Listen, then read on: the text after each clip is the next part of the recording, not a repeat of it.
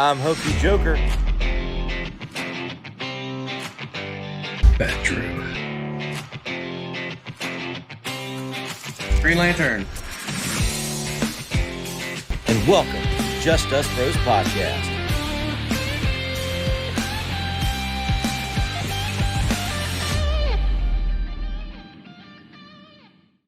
Name a superhero. I'm blanking. I'm trying not to think of are hot right now. Let's do a Power Rangers because they're hot. They're hot right now. 30-year anniversary. And name a horror movie.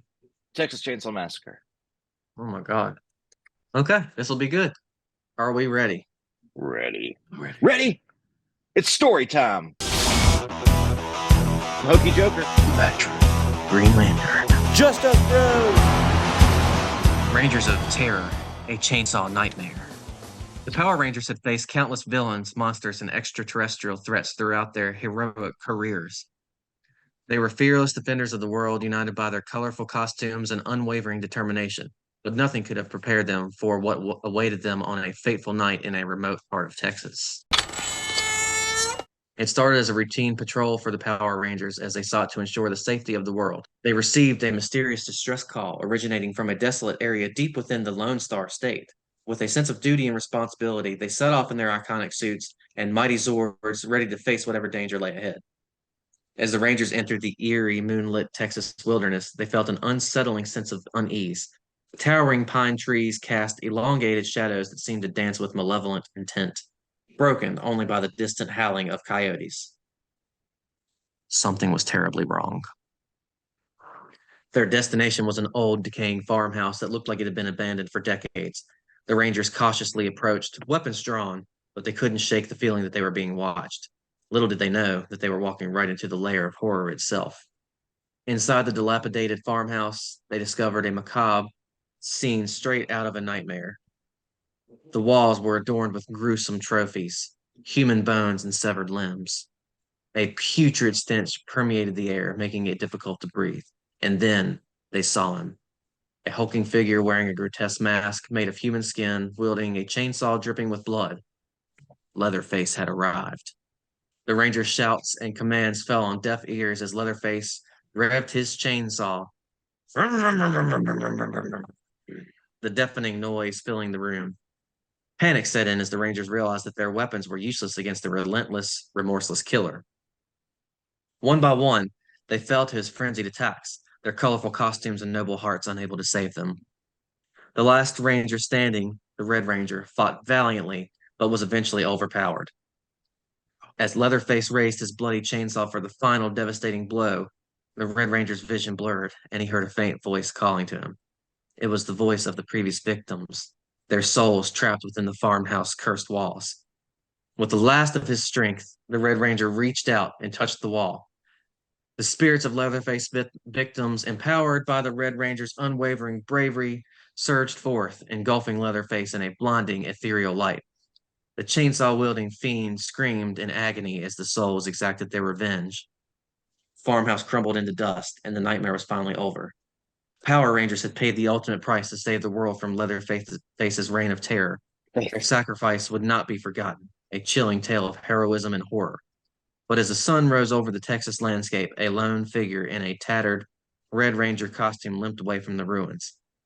The legacy of the Power Rangers lived on, even in the face of unimaginable horror, as the lone survivor vowed to continue the fight against evil, forever haunted by the night that they met, the Texas Chainsaw Massacre.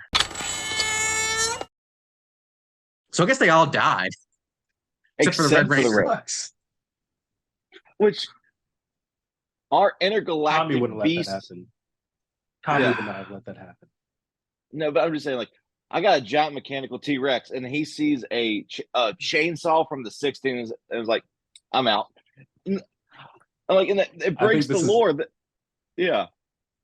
This one hurt So- somebody in this chat. I mean, this was so bad. So again, for those of you watching, this is a ChatGPT generated story. We asked it to write a story about Power Rangers meeting the Texas Chainsaw Massacre. This is how ChatGPT predicts that fight would go. And Do you guys agree? oh, no. God, no. like it would be funnier, like, because Power Rangers is very like PG, like we're gonna destroy them or whatever, and like, but like no one really gets. Maybe that was You their know. downfall. They're playing in the PG world. He's playing in the rated R world. I'm gonna say this takes place on a Halloween night in Texas where Power Rangers is a TV show and kids are trick or treating. I'm gonna make it really dark, so that's we bring out a water gun. No, don't do that. Don't do that. So it wasn't real Power Rangers. It was kids dressed up as the Power Rangers fighting the Texas Chainsaw Massacre. Just like every other Texas Chainsaw Massacre movie.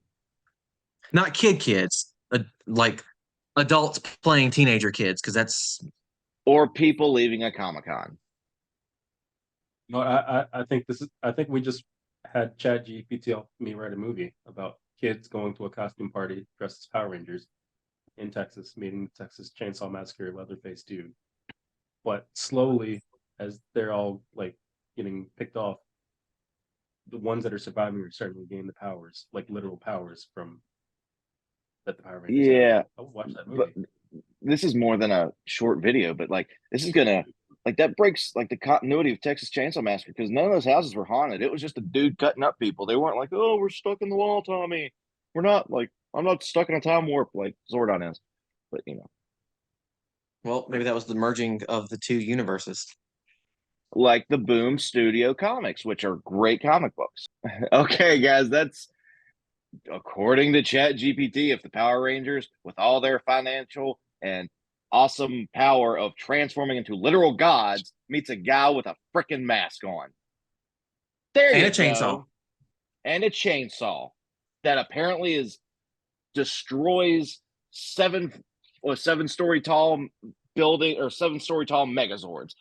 It's but because whatever. It's because Leatherface. Sure. It's because Leatherface did not let them morph. He did not sit around and wait for them to Dragon Sword, all that stuff. He just went to business. Yeah, they didn't get a chance to go through their Sailor Moon transformation.